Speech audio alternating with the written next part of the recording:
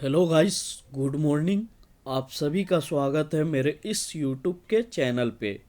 मैं असगर कमाल एक बार और एक नई वीडियो के साथ आप लोगों के साथ जुड़ गया हूँ। तो आइए, हम पढ़ रहे थे कक्षा 8 की अध्याय नंबर 2, जिसमें अध्याय नंबर 2 का नाम क्या था? भारत में अंग्रेजी राज्य की स्थापना। जिसमें हम दर पदर देखते चले आए थे कि कैसे फ्रांसीसी और यूरोप पे ये ब्रिटिशर के साथ एक तरह से संघर्ष होती है। फिर हमने देखा प्लासी की युद्ध होती है, जिसमें सिराजुद्दौला के जो अपने जो चीफ कमांडेड ऑफिसर जो होते हैं, यानी सैनिक के जो चीफ होते हैं, वो उनको धोखा देते हैं और वो अंग्रेज से जाकर मिल जाते हैं। फिर उसके बाद देखा कि प्लासी का मतलब क्या होता है। इस तरीके से हमने आगे बढ़ा और देखा कि जब प्लासी का युद्ध होगा तो उसमें सिराजुद्दौला मारे जाते हैं और उसके बाद ये मीर जाफ़र को गद्दी पे अंग्रेज बैठा देंगे। लेकिन मीर जाफ़र को बाद में एहसास होता है कि ये तो मेरे साथ मतलब एक तरह से नाइंसाफ़ी कर रहा है। फिर मीर जाफ़र भी मतलब उसमें आवाज़ लगाता है और बताता बोलता है कि हमारे ही मतलब चीज़ को दुरुपयोग कर रहे हैं अंग्रेज यहाँ भारत में।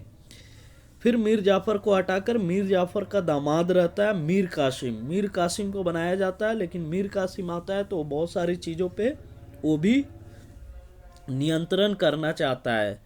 ठीक है गाइस, तो आइए फिर से शुरू करते हैं और आगे की तरफ बढ़ते हैं। 26 मार्च 1762 ईस्वी को मीर कासिम ने अंग्रेज कर्मचारियों के व्यवहार की शिकायत की थी। उसने लिखा, यानी 26 मार्च 1962 को मीर कासिम ने अंग्रेज कर्मचारियों के व्यवहार की शिकायत की थी। आइए पढ़ते हैं। कलकत्ते से ढाका, कासिम बाजार और पटना तक प्रत्येक स्थान पर प्रत्येक अंग्रेज अधिकारी उसके गुमास्ते तथा एजेंट मेरे कर्मचारी के स्थान पर स्वयं जमींदार, तालुकेदार और लगान वसूल करने वाले का कार्य करते थे। यानी कलकत्ता जो और वहाँ से जो ढाका थी, कासिम बाजार और पटना, प्रत्येक स्थान पे क्या था? प्रत्येक हर एक अंग्रेजी जो अधिकारी होते थे और उसके गुमास्ते और एजेंट जो होते थे कर्मचारी, वो जमींदार, तालुकदार और लगान वसूल करने का कार्य करते थे। मतलब किनके? ब्रिटिशर के जो अधिकारी होते थे। ठीक है। इसके अतिरिक्त प्रत्येक जिले, नगर और गांव में गुमास्ते और अन्य कर्मचारी चावल, धान, तेल, बांस, पान आदि का व्यापार करते थे। और इसके अतिरिक्त क्या था? जिले, नगर और गांव में उनके गुमास्ते जो थे और अन्य कर्मचारी जो थे, वो क्या करते थे? यानी कि खरीद बिक्री करते थे चावल, धान, तेल, बांस, पान आदि का। और कंपनी की दस्तक लिए हुए प्रत्येक व्यक्ति अपने आप को कंपनी से कम नहीं समझता था। यानी कंपनी की दस्तक, यानी कि एक तरह से परमिशन लेकर, और सब कोई अपने आप को कंपनी से कम नहीं समझता था। ठीक है। तो ये मीर कासिम जो बने थे सिराजुद्दौला के बाद जो थे मीर जाफ़र, और मीर जाफ़र के दामाद जो थे, जिसको फिर मीर कासिम को यानी गद्दी पे बैठाया था अंग्रेज, वो लिखते हैं यहाँ पे कि कैसे कैसे उस समय पे अंग्रेज यानी ब्रिटिशर जो थे वो करते थे। ठीक है गाइस। तो ये मीर कासिम एक शिकायत भरी पत्र लिखते हैं। मुर्शिदाबाद पर कंपनी का दबाव बना रहता था। इस दबाव और नियंत्रण से बचने के लिए मीर कासिम अपनी राजधानी मुर्शिदाबाद से हटाकर मुंगेर ले गया। तो याद रखना है, उस समय जो बंगाल जो थी और आज का जो बिहार और उड़ीसा है, वो एक में ही था, मतलब बंगाल के अंदर ही था। वो तो बाद में 2001 ईस्वी में चलकर क्या हुआ, सॉरी, वो तो बाद में चलकर क्या हुआ, ये बिहार भी अलग हुआ और उड़ीसा भी अलग हुई। ठीक है। जो आज का उड़ीसा और बिहार जो है, तो यहाँ पे बताया जा रहा है कि जो मुर्शिदाबाद उस समय की बंगाल की राजधानी कहाँ होती थी गाइस? मुर्शिदाबाद। जो वही मुर्शिदाबाद पड़ा था जिसमें क्लाइव बताते हैं कि वहाँ की जो रोड होती है, जो सड़क होती है, वो लंदन के बराबर, मतलब लंदन की सड़क के बराबर चौड़ी और लंबी होती थी। ठीक है गाइस। तो मुर्शिदाबाद किसकी राजधानी थी? बंगाल की। तो मुर्शिदाबाद पे हमेशा कंपनी यानी जो ब्रिटिशर होते थे उनका दबाव रहता था, एक तरह से प्रेशर रहता था। इसके कारण मीर कासिम जो थे उस समय के जो शासक जो थे उन्होंने क्या किया, राजधानी को बदल दिया। वो मुर्शिदाबाद से मुंगेर ले गया। मुंगेर कहाँ थी? तो मुंगेर हमको पता है वो बिहार में। मुंगेर की उसने बड़ी सुंदर और मजबूत किलेबंदी की और करीब 40,000 सैनिकों की फौज तैयार की। मुंगेर में उसने क्या किया कि मुंगेर में बहुत अच्छी सुंदर किलेबंदी की और करीब करीब 40,000 यानी 40,000 सैनिक को फौज तैयार की। यानी 40,000 सैनिक का मतलब एक तरह से फौज तैयार किया। किसने किया? किसने किया? तो ये मीर कासिम ने किया। अपने सैनिकों को युद्ध के नए तरीके सिखाने के लिए उसने यूरोपीय प्रशिक्षकों की नियुक्ति की। यानी जो उनके सैनिक जो थे, किनके? मीर कासिम के जो सैनिक थे उसको युद्ध करने के लिए नए नए तरीके सिखाने के लिए यूरोपियन यानी ट्रेनर जो होते थे, जो ट्रेन कराते हैं किसी भी चीज़ का, ट्रेनर जो होते थे उस समय, जो ट्रेनर सैनिक का जो ट्रेनर होते थे, यूरोपीय ट्रेनर को मीर कासिम ने बुलवाया और नए नए तरीके से युद्ध करने की तरीके सिखवाया अपने सैनिक को। इन्हें भी जाने दस्तक। हमने दस्तक कभी पढ़ा था ना गाइस। दस्तक क्या होता है? दस्तक वह प्रमाण पत्र था जो अंग्रेजी फैक्ट्री का अध्यक्ष कंपनी के सामान के संबंध में देता था। यानी दस्तक एक तरह से प्रमाण पत्र यानी सर्टिफिकेट होता था जो अंग्रेजी फैक्ट्री का अध्यक्ष कंपनी के सामान के संबंध में देता था, जिसे उस सामान के व्यापार पर चुंगी नहीं लगती थी। और उससे क्या होता था कि मतलब उस सामान पे क्या होता था, टैक्स यानी कर नहीं देना पड़ता था। ठीक है गाइस। इतना ही नहीं, उसने मुंगेर में बंदूकों एवं तोपों के कारखाने की स्थापना की। उसने क्या किया? मुंगेर में बंदूक यानी जो राइफल होता है और तोपों के कारखाने की भी स्थापना की। आज भी आप मुंगेर में मीर कासिम द्वारा निर्मित किले को देख सकते हैं। तो ये मुंगेर का किला है गाइस, यहाँ पे देख सकते हैं फिगर में। और ये आज भी है मुंगेर में, तो आप देख सकते हैं वहाँ पे जाकर। मुंगेर किस नदी के किनारे बसा है तथा मुंगेर किन किन चीज़ों के लिए प्रसिद्ध है? तो हमने सबसे पहले क्या पढ़ा? मुंगेर क्यों चेंज किया, मतलब राजधानी। और पहले कौन सी राजधानी थी? बंगाल की तो बंगाल की पहले राजधानी थी मुर्शिदाबाद। आगे चलते हुए मुर्शिदाबाद क्या होता है? मुर्शिदाबाद पे ज़्यादा कंपनी की प्रेशर हो जाती है, यानी प्रेशर बढ़ती, दबाव बढ़ती जाती है, जिसके कारण मीर कासिम उस समय के जो शासक होते हैं वो क्या करते हैं? वो करते हैं कि मुर्शिदाबाद से राजधानी जो होती है बंगाल की वो मुंगेर कर देते हैं। और मुंगेर में आते हैं तो वो बहुत बड़ी किलेबंदी करते हैं, यानी किला बनाते हैं मुंगेर में चारों तरफ से घेर कर। फिर 40,000 यानी 40,000 अपने फौज को एक तरह से तैयार करते हैं, सेना तैयार करते हैं फौज की। और फिर वो यूरोपियन यानी प्रशिक्षण यानी ट्रेनर जो होते हैं, जो ट्रेन कराते थे उस समय नए तरीकों से युद्ध लड़ना, तो उनको बुलाते हैं यूरोप से और ट्रेन करवाते हैं अपने फौज को। ठीक है गाइस। तो ये सब चीज़ हमने पढ़ा। आइए आगे बढ़ते हैं और पढ़ते हैं मुंगेर किस नदी के किनारे बसा है तथा मुंगेर किन किन चीज़ों के लिए प्रसिद्ध है, पता करें। निसंदेह मीर कासिम द्वारा उठाए गए इन कदमों से कंपनी के अफसर नाराज हो गए और उन्होंने नवाब को हटाने का फैसला किया। मीर कासिम ने महसूस किया कि वह अकेला कंपनी की फौज का सामना नहीं कर सकता है, इसलिए उसने मुगल शासक शाह आलम और अवध के नवाब शुजाउद्दौला से मदद मांगी। तो देख सकते हैं गाइस, यहाँ पे बहुत टर्निंग पॉइंट है कि मीर कासिम जब ऐसे करने लगे, जैसे प्रेशर बढ़ने लगा यानी राजधानी पे, तो वो क्या किए? उन्होंने मुंगेर तबादला कर लिया अपनी राजधानी। और जैसे मीर कासिम जो थे वो चैलेंजेस दे रहे थे किनको? ब्रिटिशर को। उसी तरह से ब्रिटिशर अपने आप में नाराज हो रहे थे, यानी कंपनी ब्रिटिशर जो थे वो नाराज हो रहे थे। और उसने सोचा कि नवाब को हटाने का फैसला किया। कौन नवाब था उस समय? मीर कासिम को हटाने का फैसला किया। और मीर कासिम ने महसूस किया कि वह अकेला कंपनी का फौज का सामना नहीं कर सकता है, यानी ब्रिटिशर का फौज का सामना अकेला नहीं कर सकता है। इसलिए मीर कासिम ने मुगल शासक यानी उस समय के शाह आलम और अवध के नवाब शुजाउद्दौला से मदद मांगी। किनसे?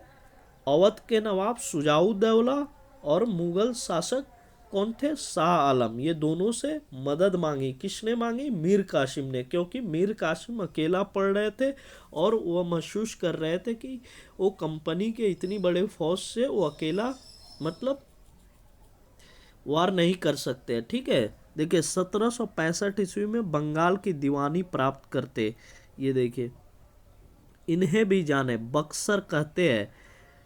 बक्सर कहते हैं वेद मंत्र की रचना करने वाले बहुत से ऋषि यहाँ हुए। इस स्थान को वेद गर्भ कहते हैं। तो वेद मंत्र की रचना जब हुई थी तो बहुत सारे ऋषि यहाँ के थे, यानी बक्सर के, और इस स्थान को वेद गर्भ कहते हैं। यहाँ गौरीशंकर मंदिर के पास एक तालाब है जिसका पहले नाम था अघसर, अर्थात पाप को दमन करने वाला। यहाँ पे गौरीशंकर एक मंदिर है, वहाँ पे एक तालाब है जिसका पहले नाम था अघसर, अर्थात पाप करने वाले, दमन करने वाला। कहते हैं कि वेद सीरा नामक के एक ऋषि ने दुर्वासा ऋषि को उकसाने के लिए व्याघ्र का रूप बनाया। इस पर क्रोधित होकर दुर्वासा ने उन्हें शाप दिया, किंतु व्याघ्र ही बना रहा। अंत में इसी तालाब में नहाने से वेद सिरा अपना असली रूप पा सके, तब इस तालाब का नाम पड़ा व्याघ्रसर।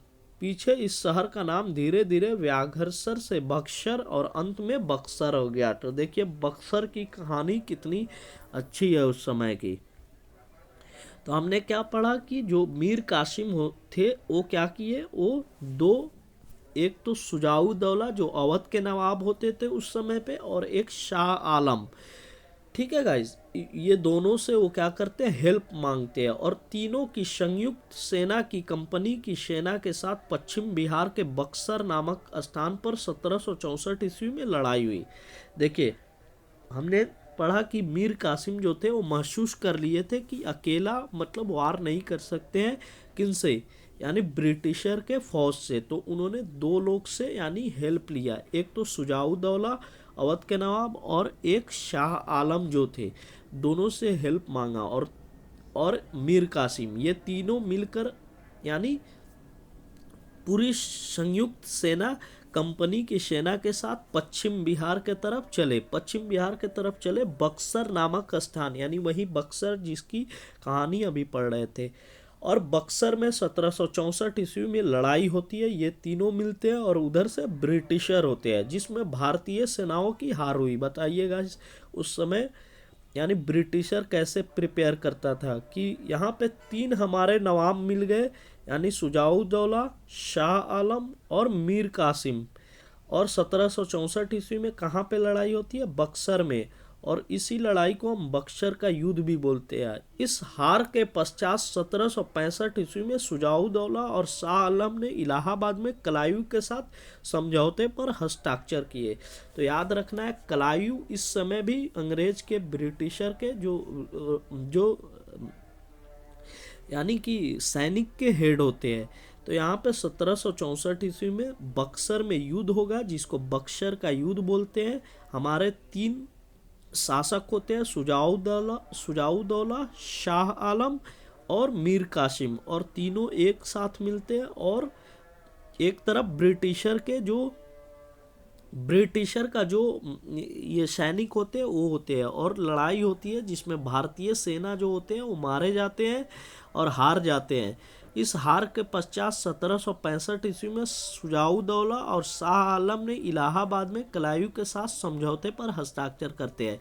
यानी इलाहाबाद में कलायू जो होते हैं, जो ब्रिटिशर के यानी ब्रिटिशर का जो यानी क्या बोलते हैं, सैनिक का हेड होते हैं, जो लीड करते हैं हर वार में, उनसे शुजाउद्दौला और शाह आलम एक समझौता पे हस्ताक्षर करते हैं। समझौता के अनुसार ईस्ट इंडिया कंपनी को बंगाल, बिहार और उड़ीसा की दीवानी मिल गई, और इसी समझौता के अनुसार क्या हुआ कि बिहार, उड़ीसा और बंगाल, जो कि एक में ही था उस समय, यहाँ पे एक तरह से दीवानी राइट मिल गई किनको, ब्रिटिशर को। इससे कंपनी को उन प्रदेशों से राजस्व वसूली का अधिकार मिल गया और ब्रिटिशर को यहाँ से क्या मिल गया कि कंपनी मतलब वहाँ पे राजस्व यानी क्या रेवेन्यू वसूल सकते हैं, यानी टैक्स ले सकते हैं किसानों से, वहाँ के लोगों से, ये तीनों जगह से। तो किसके बाद होता है 1764, यानी कि बक्सर के युद्ध के बाद।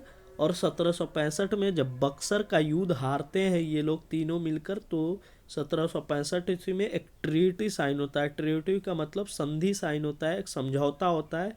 शुजाउद्दौला और शाह आलम इलाहाबाद में लॉर्ड क्लाइव के साथ एक समझौता करती है और समझौता पे ये होता है कि ईस्ट इंडिया कंपनी को बंगाल, बिहार और उड़ीसा का दीवानी राइट्स मिल जाता है और वहाँ से वो रेवेन्यू जो होता है वो कलेक्ट करते हैं। कौन करते हैं? ब्रिटिशर। तो इस तरीके से हमने देखा कि कैसे मीर कासिम और हमारे जो शुजाउद्दौला और शाह आलम एक साथ आकर लड़ते हैं, फिर भी यहाँ पे एक तरह से हार मिलती है इनको और फिर जाकर ब्रिटिशर यहाँ पे जीत जाती है। कंपनी को दीवानी मिलने से क्या फ़ायदा हुए होंगे?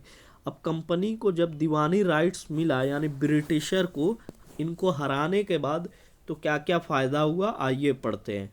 इस तरह कंपनी के एक बहुत ही महत्वपूर्ण उद्देश्य की पूर्ति हो गई। 18वीं सदी के शुरुआत से ही भारत के साथ कंपनी का व्यापार बढ़ता जा रहा था।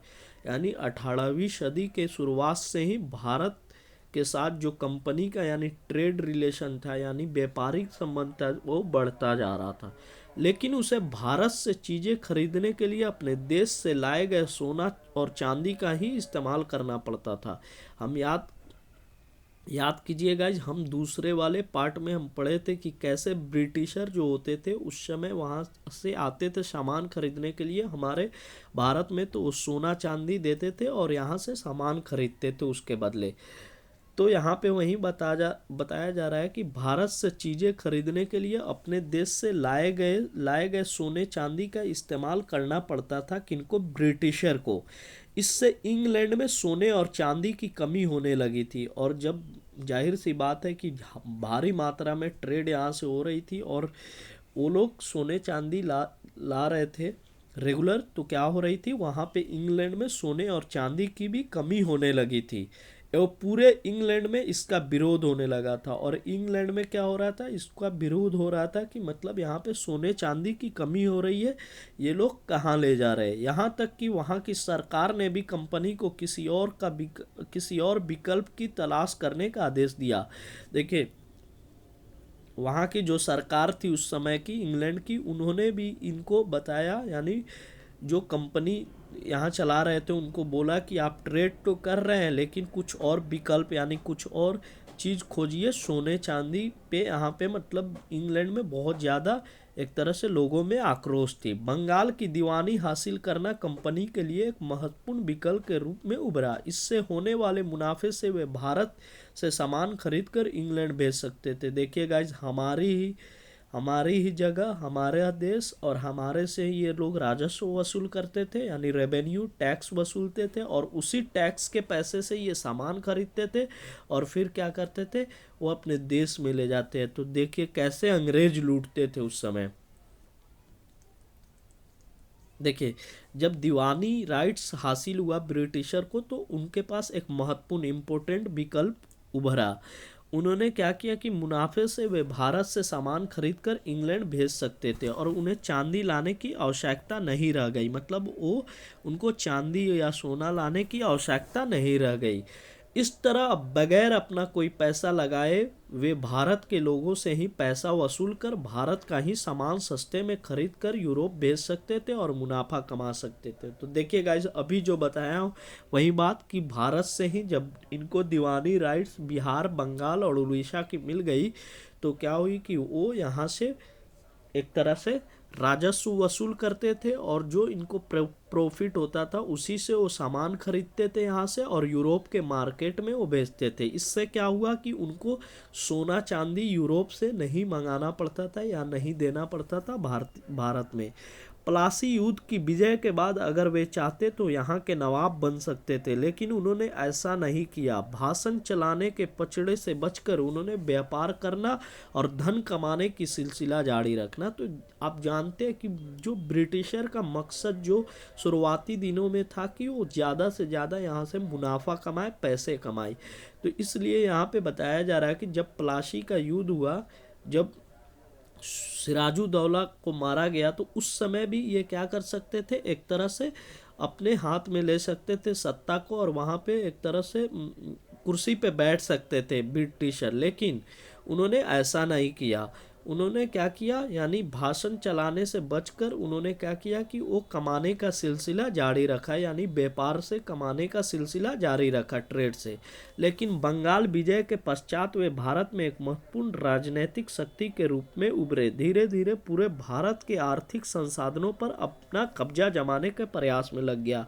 लेकिन जब बंगाल का विजय हुआ, यानी बंगाल जो 1764 ईस्वी में अभी पढ़े हैं, जब इनको दीवानी राइट्स जब मिल जाती है बंगाल उड़ीसा और बिहार की, तो ये अपना राजनीतिक यानी पॉलिटिकल पावर जो होता है वो अपना दिखाने लगते हैं और एक तरह से भारत के आर्थिक संसाधनों यानी जो आर्थिक संसाधन जो होता है, जिससे आर्थिक चीज़ों की कमी ये होती है, उस पे क्या किया, इन्होंने कब्जा जमाने के प्रयास में लग गए। कौन? तो ये ब्रिटिशर। ठीक है गाइस, तो इस तरीके से हमने पढ़ा। छोटी वीडियो रखते हैं गाइस, फिर हम आगे बढ़ेंगे और मैं तो जब शुरू करूँगा तो आपको रिलेट कर दूंगा कि कहाँ तक हम पढ़े थे और कहाँ से बढ़ना है। तो इस तरीके से हमने देखा कि मीर कासिम कैसे एक चैलेंजेस दे रहे थे ब्रिटिशर को और उनको कैसे ब्रिटिशर के ये से प्रेशर को हटाने के लिए उन्होंने यानी मुर्शिदाबाद से उन्होंने बिहार में मुंगेर में उन्होंने स्थापित किया राजधानी। तो छोटी छोटी चीज़ याद रखना है कि किसने मुर्शिदाबाद से मुंगेर अपनी राजधानी स्थापित की, तो मीर कासिम थे जो कि शासक थे बंगाल के।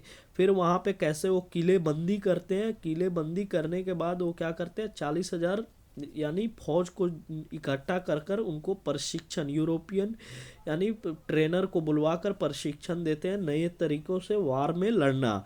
ठीक है गाइस। फिर उसके बाद जब अंग्रेज़ को पता चलता है कि ये बहुत चैलेंजेस दे रहे हैं मीर कासिम, तो अंग्रेज़ सोचते हैं इसको भी हटाने का, मीर कासिम को हटाकर यानी दूसरे को शासक बनाना। लेकिन जब इनको महसूस होता है मीर कासिम को, तो उनको महसूस ये होता है कि वो अकेला लड़ना मतलब ब्रिटिशर के यानी फौज से मतलब एक तरह से वो नहीं है। तो वो क्या करते हैं, शुजाउद्दौला और शाह आलम से एक तरह से बात करते हैं और ये तीनों मिलकर 1764 ईस्वी में बिहार के पश्चिम के तरफ बढ़ते हैं, जहाँ पे बक्सर में युद्ध होता है।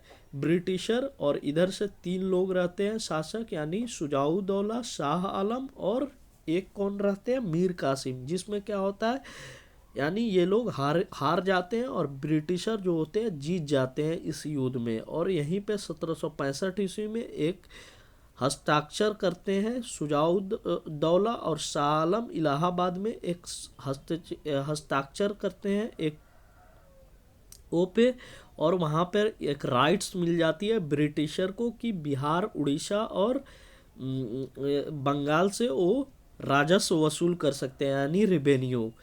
फिर देख सकते हैं आगे हमने पढ़ा कि कैसे वहाँ पे पहले क्या होता था कि सोना चांदी ये यूरोप से लाते थे और हमारे भारतीय सामान यहाँ से खरीदते थे, उसके बदले यहाँ देकर सोना चांदी। लेकिन जैसे आगे बढ़ते हैं तो वहाँ पे सोने चांदी इंग्लैंड में कमी होने लगती है, जिसके कारण क्या होता है, वहाँ के लोग में क्रोध बढ़ जाती है और वो एक तरह से आक्रोशित होते हैं, जिससे उनके जो सरकार भी होती है वो बोलती है कि कोई और विकल्प मतलब खोजने को यानी ढूंढने को। और यहाँ पे ब्रिटिशर क्या करते हैं कि जब राजस्व वसूलने का इनको दीवानी राइट्स मिलता है, तो राजस्व यहीं से हमारे देश से ही, हमारे बंगाल, बिहार और उड़ीसा से वसूलते हैं टैक्स, और उसी टैक्स के प्रॉफिट से वो क्या करते हैं, सामान खरीदते हैं। और उससे क्या होता है कि इनको सोना चांदी नहीं लाना पड़ता है वहाँ यूरोप से। तो इस तरीके से गाइस हमने पढ़ा। तो आप थोड़ा फैक्चुअल चीज़, जो छोटी छोटी चीज़ है, जैसे बक्सर क्यों प्रसिद्ध है, यानी बक्सर का युद्ध क्यों बोलते हैं, ठीक है गाइस, ये सब चीज़ आप देख सकते हैं। जैसे किलेबंदी कहाँ पे करवाया था मीर कासिम ने, तो ये सब। दस्तक क्या होता है, तो प्रमाण पत्र होता है। कौन देता है, तो फैक्ट्री का अध्यक्ष देता है। तो इस तरीके से छोटी छोटी चीज़ को आप यहाँ पे देख सकते हैं। तो thank you so much guys. I hope आपको वीडियो अच्छी लगी हो, तो ज़रूर चैनल को सब्सक्राइब कीजिए और वीडियो को ज़रूर शेयर कीजिए। Thank you so much guys, thank you so much.